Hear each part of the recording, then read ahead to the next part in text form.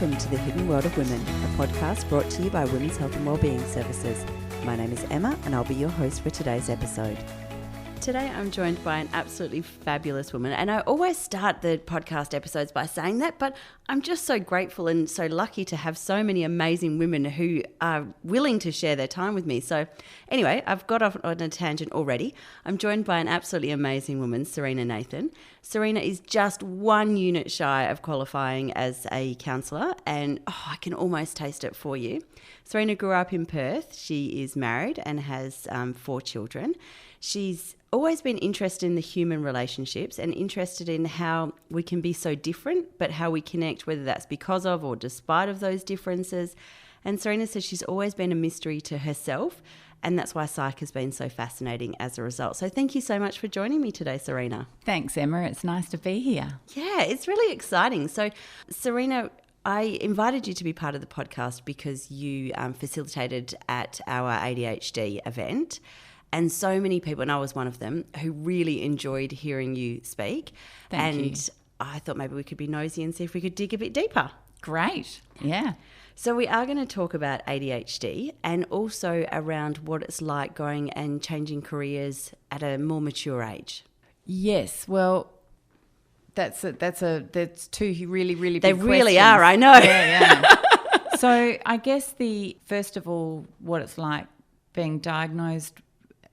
I got diagnosed at the age of 54 and I'm now 56, and it was I never ever considered that I might have ADHD. Never.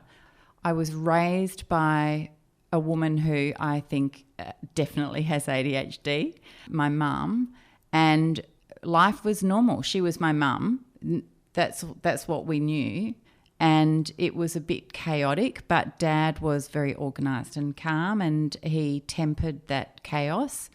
And I guess I've got 2 younger brothers, and the middle one was diagnosed about 9 years ago with ADHD, and we all thought it was probably a bit.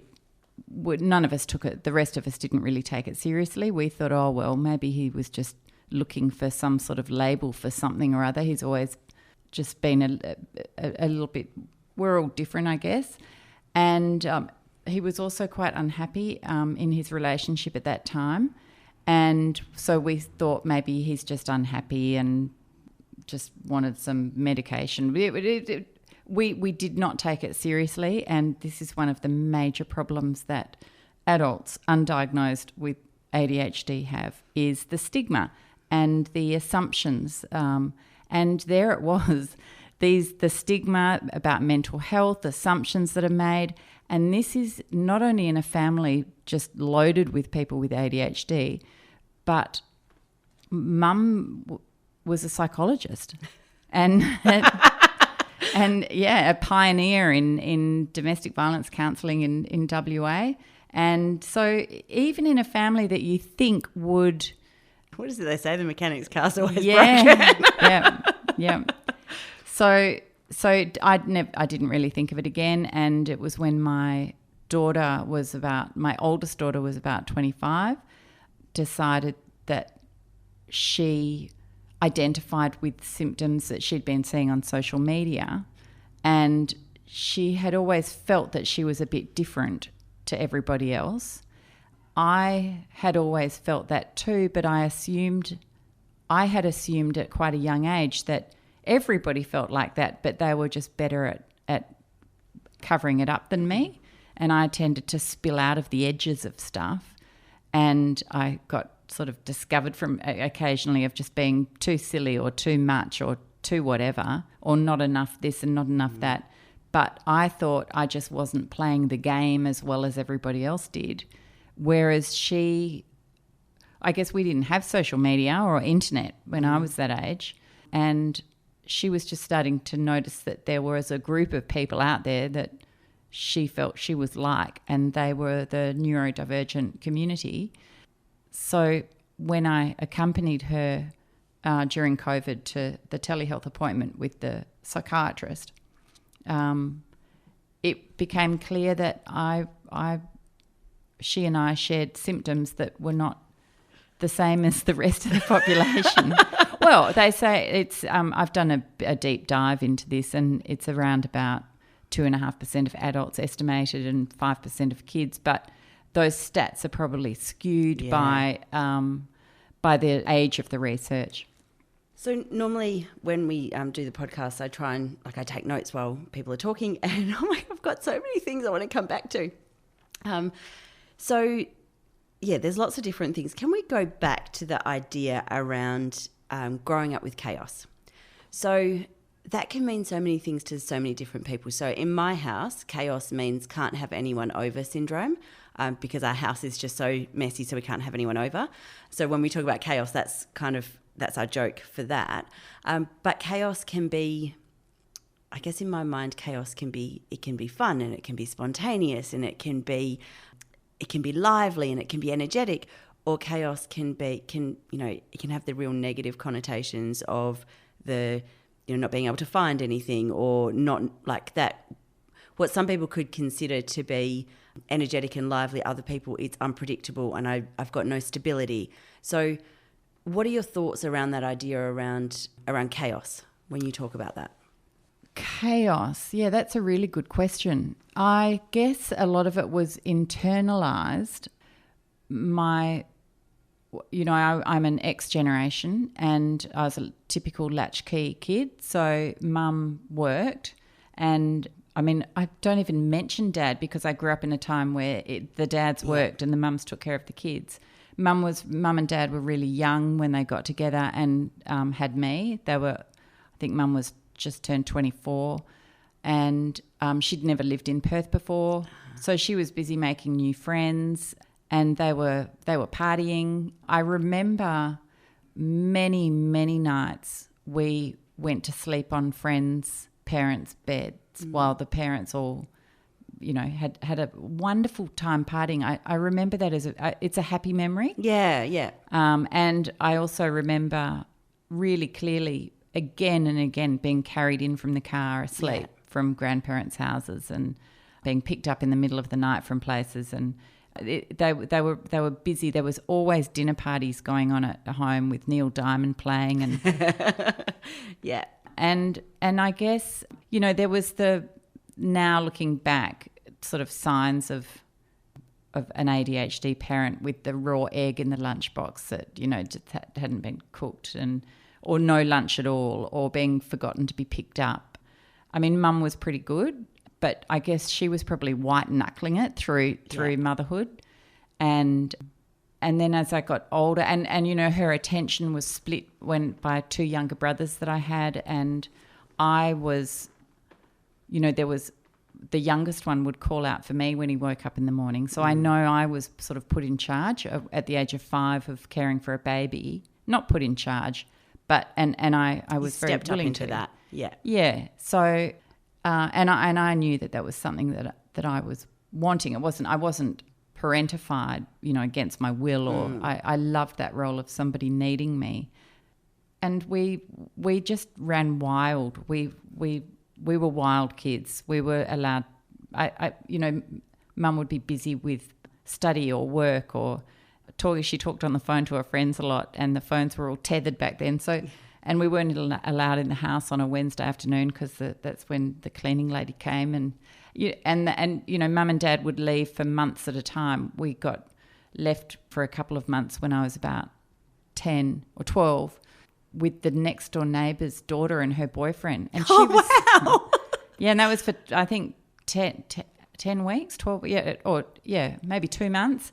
And she was 21 and so was he. Oh, my goodness. Yeah, and so they were kids, and we were all kids, and I was the oldest at 12. And another time they went travelling for a few months, and they packed us up to a cousin's station, and we did school on air for a few months up there. So, and my littlest brother was only 3. It was. My goodness. Yeah. Some of those things they're around that time, So I remember my mum being on the phone to one of her friends, and same kind of thing, tethered to the wall type of thing. And I heard her friend kind of shriek, and Mum was going, "What's wrong?" And she goes, "Oh, it's okay. I've just set the kitchen on fire." And Mum goes, "Do you need to go?" She goes, No, it's burnt now." So That kind of thing of kids playing outside till it goes dark, and it's hard, isn't it, to distinguish what is it that was part of that time and what is it that may have been part of growing up in a household that had ADHD. I think the chaotic part was that none of it was explained. None of it was we would lurch from one moment to the next. Yeah. And if I did try to find, if I did say I don't want to take my clothes off in the middle of Target and try this dress on, I just got, oh, don't be so ridiculous. No one cares what you look like without your clothes on. But that wasn't really the point, Yeah, no, that's right. Yeah. But there was no time to catch up with that thought. And I was scrambling all the time. Yeah. And I got really down as a older teenager. I would have been maybe 16, 17. And Mum took me to see a friend of hers who was a psychologist. And she did an intelligence test with me. And I didn't ever get the results,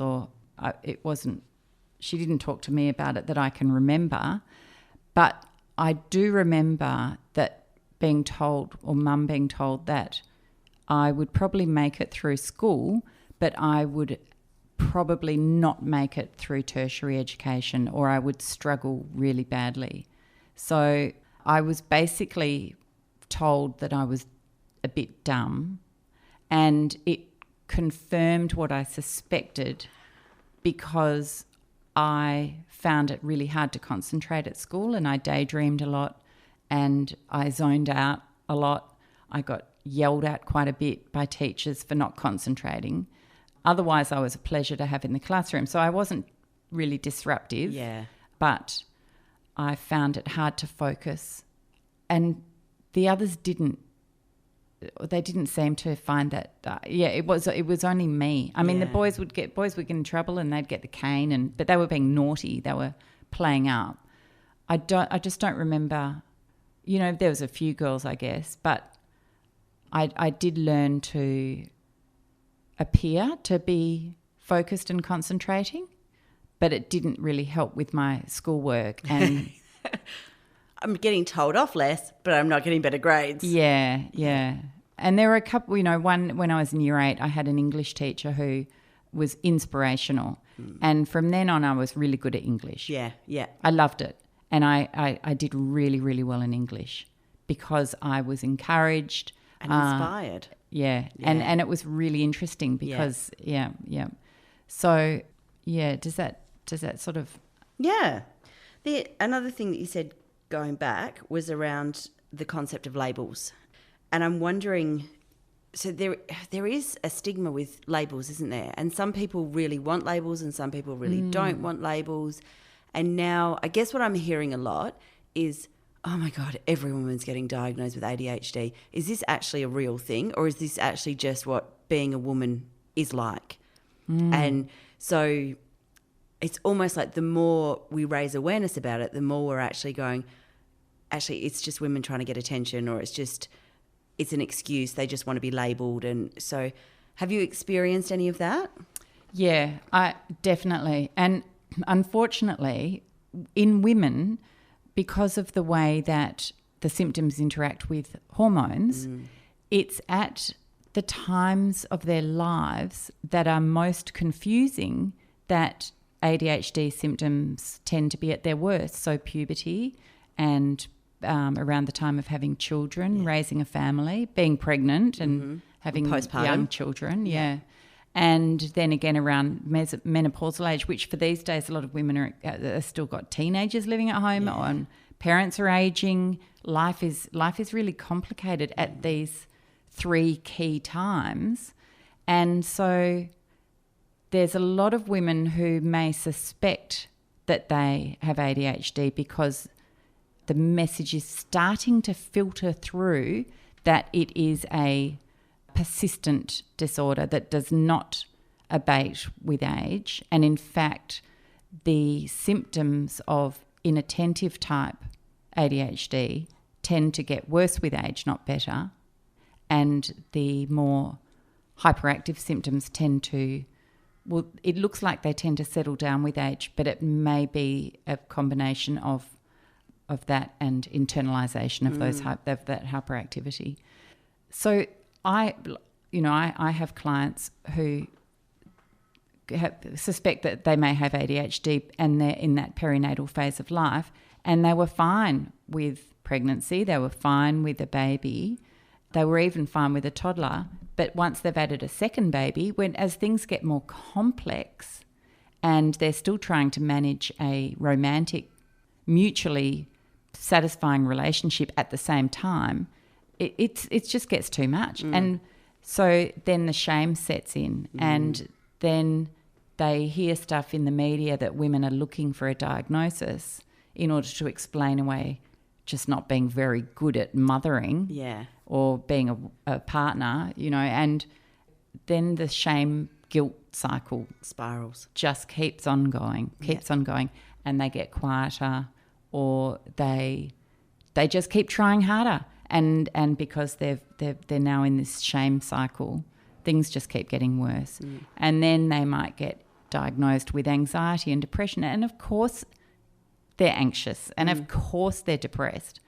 And they're looking around at their friends and they seem to be doing so much better. There's a lot of women on antidepressants who would benefit, who just shouldn't be on them. Yeah. Yeah. And we're not saying that everybody who's taking antidepressants shouldn't be on antidepressants, just that there's certainly a lot of women who have been misdiagnosed, who perhaps ADHD might be a more suitable diagnosis, and maybe if they explored that more, the anxiety would lessen and there wouldn't be a need for those meds. Yeah, and I'm not antidepressants at all. I think there's a very, very important place for that, and for all medication. Yeah, that's exactly it. And the research is robust in most cases, but because women go through a number of because women are complicated, because they've got this hormone activity, because they tend to be the mask of motherhood means that they're primary carers who are also expected to provide financially,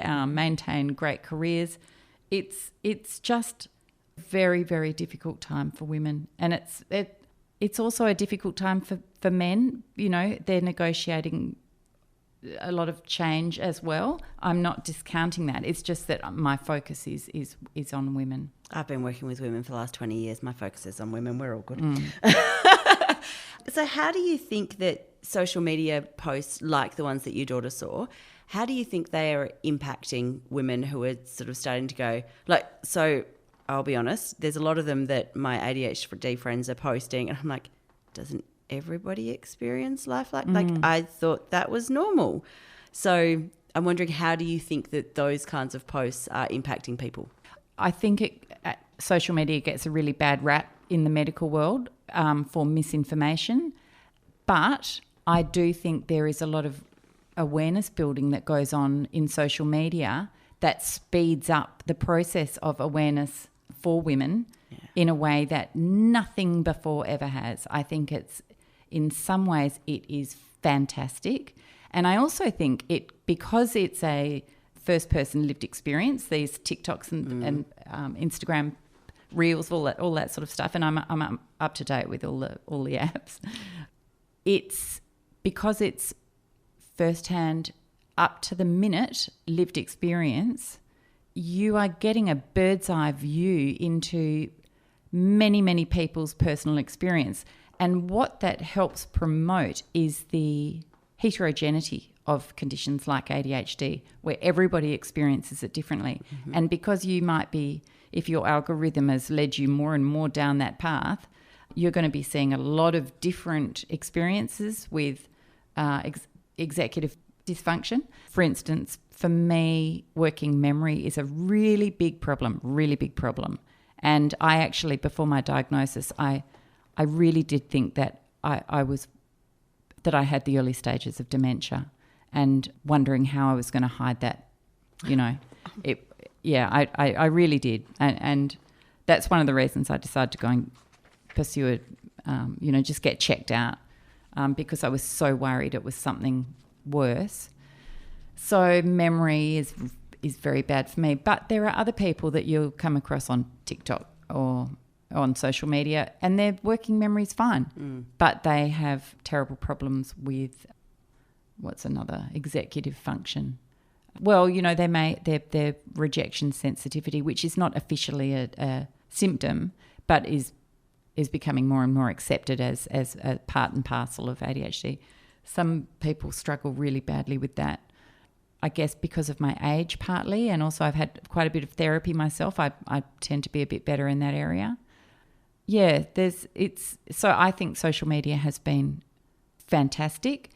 It's also perpetuated some of the stigma with people saying, well, see, it's just because of social media. And yeah, that's exactly it. It's a bandwagon, and everyone's just wanting pills to make them think faster. And I mean, the pills that make you think faster are great, but for someone who doesn't think fast or thinks much, you can tell by the way I'm talking, my brain and mouth don't communicate very well. But what it does is the stimulants bring you up to speed with the rest of the population. There's no advantage. Yeah. And if you don't have ADHD and your executive functioning is normal and your thinking is convergent, it's just a party drug. So you miss out on all of the exciting party drug parts of the meds if you have ADHD. In fact, there's quite a few younger women who decide to pursue a diagnosis because they do the party drugs. People are passing around Dexies at a party, and they take a couple and they immediately feel focused, calm. Their thinking slows down. Yeah. They're able to process thoughts one at a time. And while their friends are all, woohoo, this is fun, they're feeling like they could actually write a complex literature review. Because they would be able to think. That's exactly what you want to do at a party. Yeah. Something that requires organisation of thought and step-by-step process. Yeah. That's the advantage of medication for many people who take it who don't have that without it. Yeah. And just one more thing that came up that I'm just going to touch on quickly, or ask you to touch on quickly.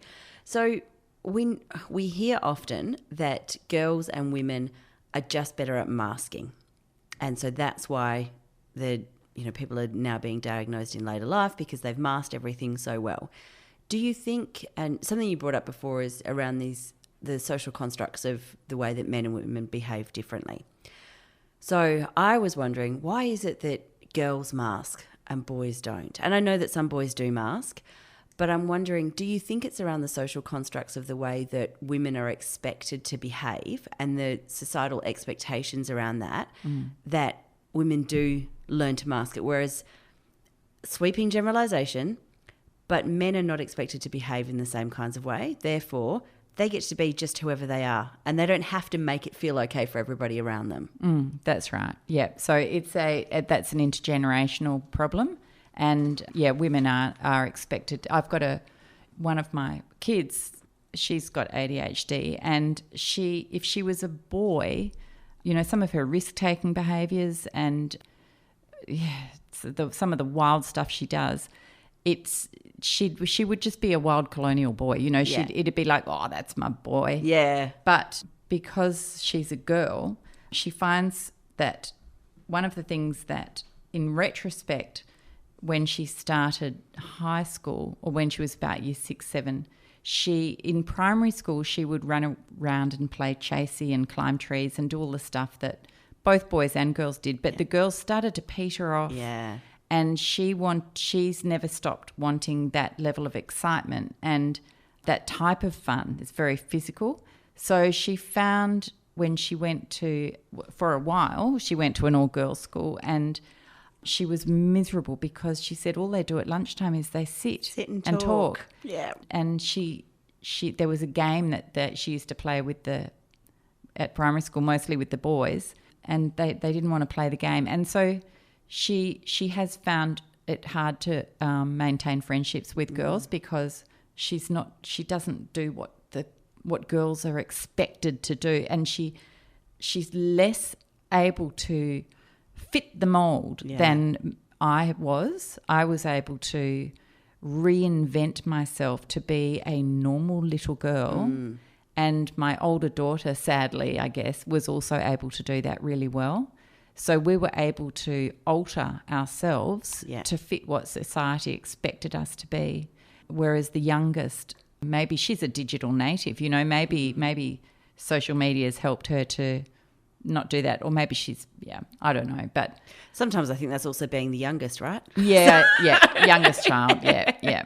And also the youngest child has different parents, she gets away with a lot more. 100%. Yeah. Yes. But I think that the expectations, there's a psychologist she's a PhD, her name's Dr. Sophie Brock. She's an Australian psychologist, and she has this theory of motherhood, which is a fishbowl theory of motherhood. And the idea is that, the woman is the fish, and a fish doesn't know it's swimming in water, and the water is all of society's expectations. And so sometimes I'll be talking to my clients, and if we're talking about the expectations that society has on them, half of them neither of us are aware of. I'm not, because it's so thin and invisible, and it's like a thin veil. It's so ingrained from generations and generations. And because I don't feel like I'm masking anymore, and I don't feel like I need the camouflage anymore, but I know it's still there. I know it's still well in place. Well, you said you were diagnosed at 50. You started going through the process at 54. So that's 5.5 decades of practicing that. And even, let's say you didn't start practicing that, but we do. We learn those ingrained things literally from birth. And you look at the toys that girls get given as opposed to what boys get given. All of that stuff impacts us. So it's 5.5 decades worth of unlearning. The other thing, one of the things that doesn't get talked about a lot is promiscuity. There's a lot of dangers for girls with ADHD because of risky behaviour, the consequences. Those dangers, the risky behaviour is the same for boys. But boys who are promiscuous tend to be celebrated. Maybe even if not celebrated, nobody really expects that much different. That's just that's all that boys think about. So what did you expect? Yeah. But when girls behave in that same way, they are called sluts. Yeah. It's very hard for girls to not play the game. It's very hard for girls to have problems that are expressed in ways that ADHD tends to do that. Yeah, people with ADHD, their life expectancy is less than everybody else's. Is that because of the risky behaviour? Yeah. And so I'm wondering whether or not as well. It's like about 15 years. Oh, wow. So that's significant. Yeah.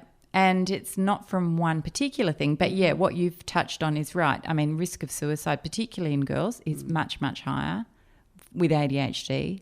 But also risky behaviours like jumping off a bridge, train surfing, that sort of, the kids you see on the news riding on the top of the trains, guaranteed they've got ADHD. There's also things that are less obvious, like not attending perinatal health appointments. Because you forget. Yeah. And not going to the dentist or not taking care of your health, being more impulsive and making bad choices in diet. Yeah. So, increased risk of cancer and heart disease, being much more prone to addiction as a coping, maladaptive coping strategies we call them, but they all serve a purpose, which is to try and alleviate some sort of pain or anxiety or bad feeling. So lots of smokers, alcoholics and drug takers, there's a lot. Asking a personal question, and you don't have to answer this, but once you were diagnosed, are there things that you did when you were younger that you're like, that makes sense now? Yes. Because I was so ancient when I got diagnosed, all the workarounds. At no point did I say that or insinuate it at all. No, but people talk about late diagnosis and they're 23. I think that lady, come and talk to me. I had the workarounds that, everyone has to develop their own because it's different for everybody. So anyone who says, this is what works for ADHD, that's just what works for them, and maybe one other person that they've got feedback from. the planners and anyway, that's a whole nother thing. But I'm slowly coming to the realisation that you actually have to use the planners, not just buy them. Yeah. It's really unfortunate. I've tried having one in every colour, but it still doesn't work if you don't use it. That's the thing. The workarounds I've got, like by the time I got diagnosed, I had worked out that there is no planner that works for me. Yeah. Because I tried them all, but it's not my thing. I cannot do it. I want to be that person though, right? Yeah, I know. It would be lovely. But and one of my daughters has a paper. She uses a paper diary and it's beautiful. It's all just coloured and it looks gorgeous and that works for her. And I've bought my own. She's bought me some. Just doesn't work. I can't do it. I just use the calendar on my phone and I use notes. I'm dictating notes. I've got thousands of notes in the Notes app. That's all I use. I guess, what was the question? So, when you're looking back? Yeah, looking back. Yes, there are. My husband, I've been married 30 years, and I think now looking back, I intentionally chose him because he is extremely convergent in his thinking. He can compartmentalise beautifully and he is patient. All the things that I needed in my life, I've been able to get through that relationship. And we've had plenty of counselling to stay married. It's not easy. My restlessness, when I got diagnosed, I was told I had combined type and I thought, no, that can't be right. I have no hyperactivity at all. I'm so lazy. By the way, I actually don't think laziness exists. I do not think it exists. No. I don't think it's a thing. And I just love lying on the couch and watching telly. But I realised that my hyperactivity comes out in things like moving furniture. And that's a really common one for women. And it doesn't mean you've got ADHD, but it's compulsive and it has to happen there and immediately. It can be quite. It's cost us a lot of money. My ADHD. I love driving. I've never got bored of driving, but I get bored of cars quite easily. I've changed cars quite a lot. I guess, we did live in one house for about 13 years, but prior to that we'd lived in for about 3 years at a time. And it's this restlessness. I get bored and I think, this is the career I want and I'm going to be a florist and I'm going to be a writer and I'll be a journalist, I'll be a broadcaster, I'll be a teacher and I've got the training to back all this stuff up. Like I'm really well trained and educated, so much for struggling through uni. I was going to say, have you got the HECSTET to back that up as well? Well, a lot of it I did while it was still free. Oh, nice. Yeah. So, I have clocked up a bit of that though. But because I flip and switch and quit and I have never actually earned enough to get the HECSTET. Yeah. It's one of the benefits. And also, when you die, it doesn't get passed on to your children, so it goes with you. Yeah. So, I'm holding on to that. So Yeah. So you have changed careers often? Yeah, heaps. And I actually until now, even though I haven't even quite finished, I've been on prac and now volunteering as a counsellor for 6 months, 7 months. This is it. By now, I normally know it's not it, and this feels like a culmination of everything I've been working towards. And it was like a perfect storm. When I started, I was confused. I was depressed. I was so anxious. I thought I've wanted to do this for so many decades, and I was brave enough to give it a shot. And when I enrolled in the Masters of Counselling at Notre Dame, I went to the university and said, "Are you sure you want me? I don't think you realise I thought you should meet me, so just at the admissions office. Do you want an out?" Yeah. Are you sure? And they said, "No, we're happy to have you and your money." Yeah. But when I started, and I thought, I will do this course and I'll enjoy it, but I will never apply for a job. I will never work in the field, because that was the pattern. Things would be so, I would expect a lot of myself. I developed perfectionist tendencies just by virtue of trying very, very hard to fit in. And also never quite fitting in the way that I saw other people fitting in. Yeah. I can't do small talk. I just can't do it, and I still can't. But now it's okay. I hate small talk, and I can do it. But if I'm at a place where it's only small talk, my partner knows that I'm likely to stay for half an hour, 40 minutes tops, and then I'm out.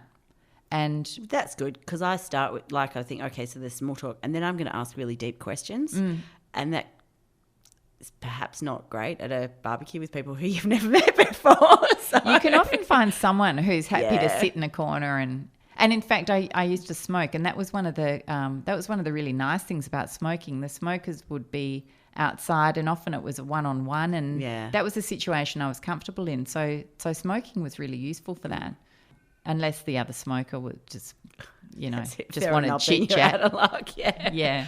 So, that's another thing I now look back on and I realise, and again, there's plenty of people who just like to have meaty conversations who don't have ADHD. This is one of the reasons why the stigma is so intense, is because all of the symptoms are things that people experience some of the time. Yeah. All of them. Everyone. The difference, the amount of times people say, but doesn't everyone do that? And the true answer is yes, they do. But for people with ADHD, it's so often so intense and so debilitating. It's constant. Yeah. And the level of exhaustion in trying to manage that means that you've probably got about a half day of energy compared to other people. Yeah. And I guess it's, we talk often about the mental load. It's the additional layer of the mental load that goes with that as well. It's exhausting. It is exhausting. And the brain has to work really, really hard. Like when people talk about mental load, that's mental load. A high mental load is physically exhausting. So, you've got your year 12 kids who go through their final exams and they eat like a horse and they sleep well. And it's because it's physically, it's like running a marathon. So if you are scrambling to keep up with everybody, just to think straight and talk straight and, be able to start a task, be able to finish a task, if that's a struggle for you 10 times a day, you're exhausted. Yeah. And what we know now about sleep is that it's restorative physically and mentally. So if you are exhausted because you're trying to live a normal life, and also ADHD is characterised by sleep problems. So you're not able to sleep very well, and then a doctor says to you, I think you're depressed. I think you've got anxiety. Yeah, you probably just need 2 weeks of really, really good sleep, but even that's not going to cut it. It's very, very difficult to explain. Yeah, and I mean, what's the chances that you're going to get 2 weeks of sleep? If it is, sign me up. But I think as well, when we talk about fatigue and exhaustion, it's not just about lack of sleep. Like having a nap isn't going to fix it. No. It's so much deeper than that. I think that's where there's a sadness there as well, and feeling that there's no fix. It's just you're going to just have to live like this forever, which is not the case. There are ways of learning how to really enjoy who you are and the way you live, and for it not to be a problem.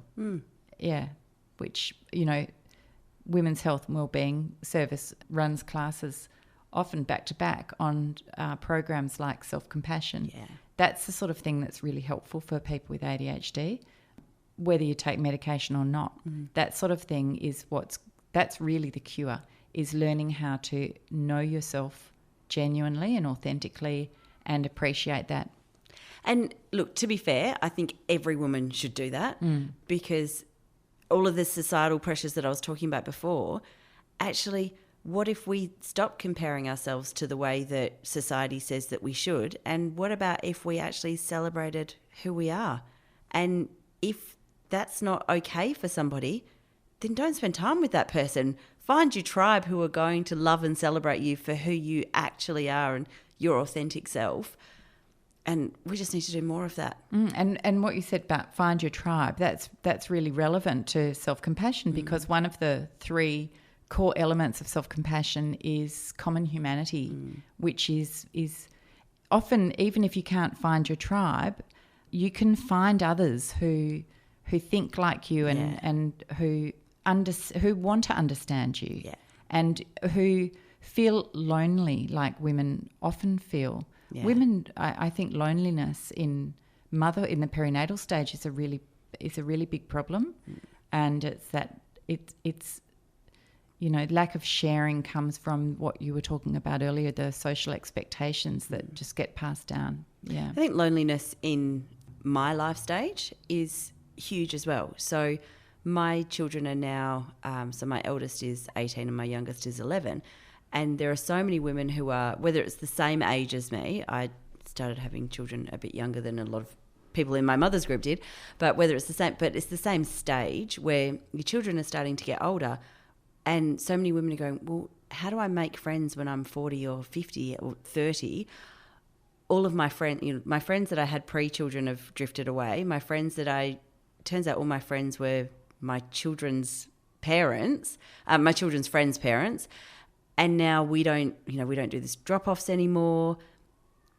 I don't know who I am if I'm not that person's parent. How do I can't go up to somebody, a 6-year-old can go up to someone in the playground and go, hey, do you want to be my friend? Well, I can't walk up to a woman at BWS and go, oh, I like that one. Do you want to be my friend? Yeah. And I'm all for that. I think we should do more of that. But loneliness it's so big for women. And, women as they're exiting careers now find out, well, my social circle was people I worked with, and yes, we started out catching up once a fortnight, once a month, but now it's been 6 months and I haven't seen anyone.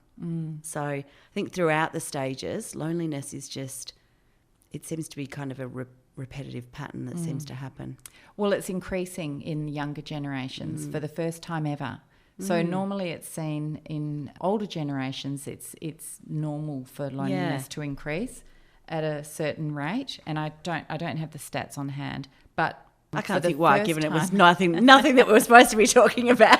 For the first time, I've got a file on the floor next to me, but I haven't opened it. I don't know what's in there. I just grabbed a random file. I just wanted to look prepared. No. Yeah. I've got a pen, but there's nothing to write on. I did read I read a lot of science journals. I'm an over-researcher that it's the first time they've seen an increase in loneliness in, I think it was the millennials. It could be Gen Z, but it was, the a younger generation. And it's become, there is a guy in New York, and he's a politician. He might be a mayor anyway, I'll find out for the notes if you like. Yes, and please. He's written a book on loneliness, and he's a psychiatrist, I think. Anyway, I will find out details on that. But he's done some very interesting research somewhere, and it's evidence-based research. So loneliness is a problem, and the pandemic hasn't caused that, because what you're talking about, that life stage loneliness when there's no school pickup and book clubs have died off a bit, that probably predates the pandemic. It's probably not just in the last 2-3 years. Yeah. But the pandemic has accelerated everyone's ability to notice that. And it's also a really good excuse for literally everything. COVID. Like, really? Are we? Yeah, we can't actually blame it for everything. No. So we can't really blame it for anything, because all it's done is illuminate problems that were already there. Yeah. I mean, it's hard for those. I would say an exception is those babies that were COVID babies. That's different, very early childhood for them than. Yeah, and for those mothers or parents as well, their pregnancy experience and their birth experience and all of that. Most definitely, there's issues that come from that, and also the fear that comes for those parents about what socialisation could possibly mean. So there's all of that kind of stuff that, yes, I will pay that's COVID related or pandemic related, but the rest of it, I agree. I think the problems have been there. It's just they're highlighted. Which is actually that's a good analogy for, this attitude of, COVID, all of a sudden there's all these people saying they've got ADHD. How come there's this sudden rise in it? They're probably, I mean, given that it's probably a combination of genes and environmental causes like trauma, it's probably, maybe there has been a bit of a rise, but it's probably that it's always been like that, but it's just never been acknowledged. It's always been passed off as something else. And the pandemic just simply served to make it what was almost unbearable, made it actually unbearable, those symptoms. Tell me about that. Why would the pandemic have made those symptoms unbearable? Because I think that there was a lot of people who relied on certain structures, like their book club or their going to the supermarket and socialising there, particularly even those who are socially more withdrawn. They may not have realised it, but they were getting their socialisation fix at the hairdresser, the coffee shop, it's like incidental exercise. Yeah. Parking a long way away, you could socialise less, but still get that fix. And so when that stopped, and those other older structures of friendship may have fallen away.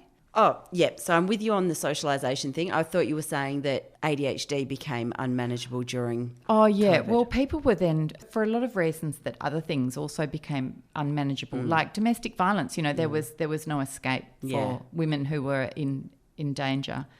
Just trying to think how ADHD would be affected. For some, it would have been taking everything online would have been complicated. No face-to-face lectures, depending on your style of learning. That it's very, very hard for visual learners to do that type of thing over Zoom without the face-to-face aspect. What else? I'm wondering whether or not, so as you said, the lack of structure. And so, for some people, they've got routines in place that I go to work, and once I get to work, I do this, and I know that this is my most productive time, so I get this done. But if I'm not actually having to get dressed and go to work, then it's really easy to not do the thing that makes me do the thing that makes me actually use my productive window. And all of a sudden, I've just watched 6 episodes of something and I was supposed to be working, and now... Yeah. And it may be because people are really easily distracted with ADHD, that being in the home as the office, there's a washing machine and there's the kitchen sink and there's, the floor needs vacuuming again, and whatever it is. There's so many jobs that you can distract yourself with when things get boring at work in your living room. So going all the way back to... you enrolled in this course. So what do you think that it's different this time because you're diagnosed with ADHD? Yeah, I actually do. I want to say no, but... You want to say, no, this is my life's purpose, and I've just, the realisation Well, I want to say happened. It's because of all the therapy I've had, and, I started seeing a counsellor again when I started this, the Masters. I thought it had been a long time since I had counselling. I'd had counselling a long time previously. I lost one of my children, died in 2004, and I saw a counsellor then and stuck with it for 8 years, and it was really helpful. So, now it's 20 years later, and I thought, oh my goodness, 20 years. Yeah, almost. And I thought, well, to be a good counsellor, I remembered how terrifying it was going to counselling. Yeah. And the dread of walking in, and then the need to, it was next door to a bookshop, and I used to have to spend half an hour at least walking around the bookshop. I got to know the owner of the bookshop really well because I was there week after week just wandering around like a zombie for half an hour, just trying to repaginate afterwards again. Yeah. It can be really challenging. Yeah. And so it had been such a long time, I wanted to experience that again. And so I started that process, and while seeing this counsellor, I'd gone through my daughter's going through this, what maybe I do, and sort of went through all that as a patient in counselling, as well as a student, where I was allowed to choose the subject matter for my lit review and my design for a group, which I did ADHD. Yeah. And I was able to make ADHD a real focus academically. So as I got treated, my motivation increased exponentially, and it's stayed like that. I mean, it must be nearly 2 years. I think it's 2 years. Yeah, it is. My maths is terrible, and my sense of time. There is now and there is not now. Yeah. I mean, we could have been talking for 7 hours or 10 minutes. That's a little bit in between that, but yeah, but yeah, I know what you mean. I just don't. Yeah. I do not have a sense of time. So I was excited and motivated, and I was being treated, and I was being validated, and I was reassured by my grades that I'm smart. Yeah. I was reassured by medication that I'm not lazy, because I can still flop on the couch and watch 6 hours straight. Yeah. Actually, I'm being modest. Yeah. Of Netflix. Yeah. Yeah. There's more than one series I've watched the entire season in one sitting. Yeah, that's why I don't watch American TV shows, because there's 20 episodes, 23 episodes. So that's 23 hours gone and I haven't moved. Yeah, I can do that. Yeah. As long as there's enough chocolate around me. Yeah. So all the reasons I had to feel sadder and smaller and more likely to quit or to not even try, all of those reasons pretty much evaporated. And then it was a case of learning how to not talk so meanly to myself, and that's an ongoing process, and I still struggle a lot with that. But that'll get there. Yeah, it's practice, and the more we practice, the more that becomes second nature, and the more we learn to speak to ourselves the way we would speak to a friend. Even on prac, my supervisor has had to constantly, I can almost feel her rolling her eyes as she says, yes, we do appreciate you. Yes, we do like having you here.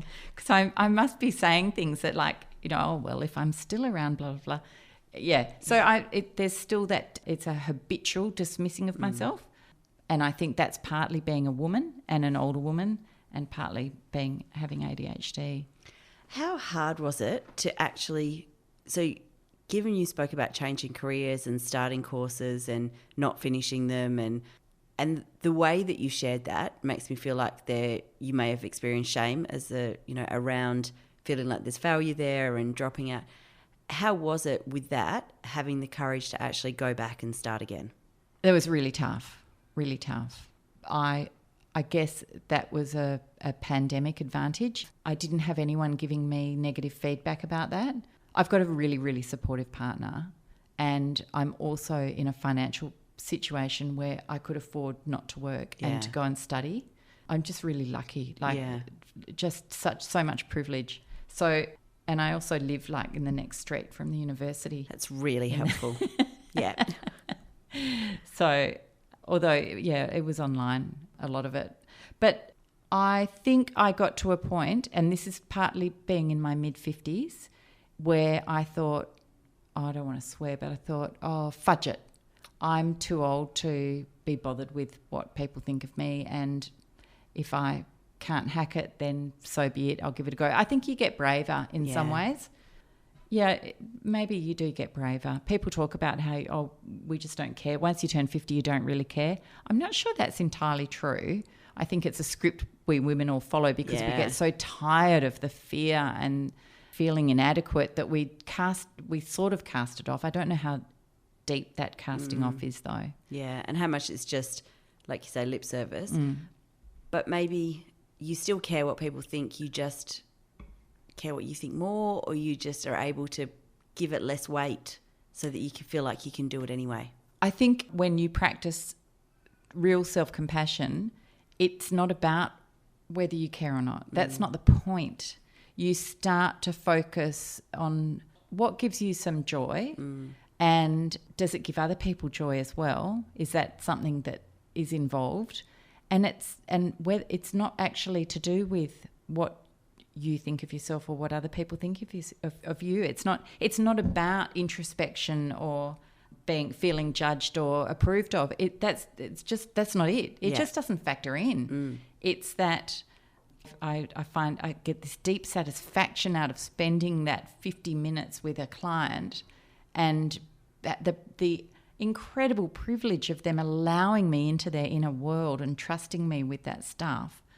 And I can appreciate the satisfaction they get when I'm able to help them see something in themselves that can either change the direction they're going to or reinforces something that they're doing that's good that they're not sure about, you know. Yeah. So it's not actually about what anyone thinks of anyone or what I think about myself. It's that just it ceases to be part of the equation. Does that make sense? It does. And it's a really beautiful way to put it. So because I know that you do actually have to head back upstairs and see a client really soon, and I mean, it's great and I'm really grateful that you're doing that, but also I'm really enjoying talking to you. So I'm going to work hard to wrap up.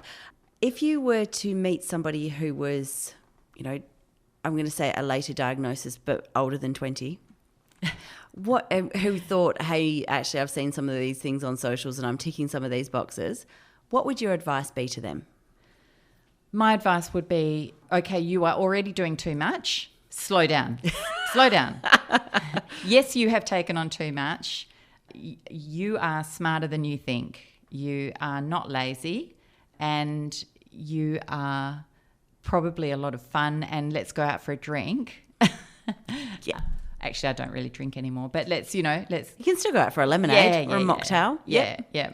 And I would say that the big one is where you think you're failing, you are just trying to take on too much, and you have got to slow down, slow everything down. And I would also just say, just try and prioritise your sleep. Get some exercise, eat well. Do you know all the boring things that you don't want to hear? They're cliches for a reason. But, you know, like Ken says, you are enough. You're enough just the way you are. Nothing needs to change about you. That's the big takeaway. You are perfect exactly as you are right now. I'm never going to add anything to that because that's a perfect ending. Thank you so much for your time today. I really appreciate it, and I appreciate you answering all of these questions and sharing so much. Thank you so much, Emma. Thank you.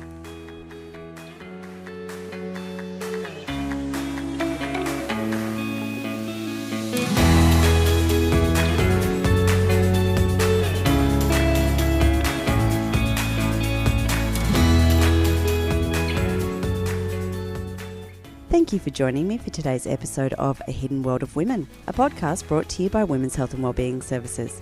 For more information on the services we offer, head to whws.org.au or Women's Health and Wellbeing Services on YouTube and social media. Looking forward to the next episode where we uncover the hidden world of women.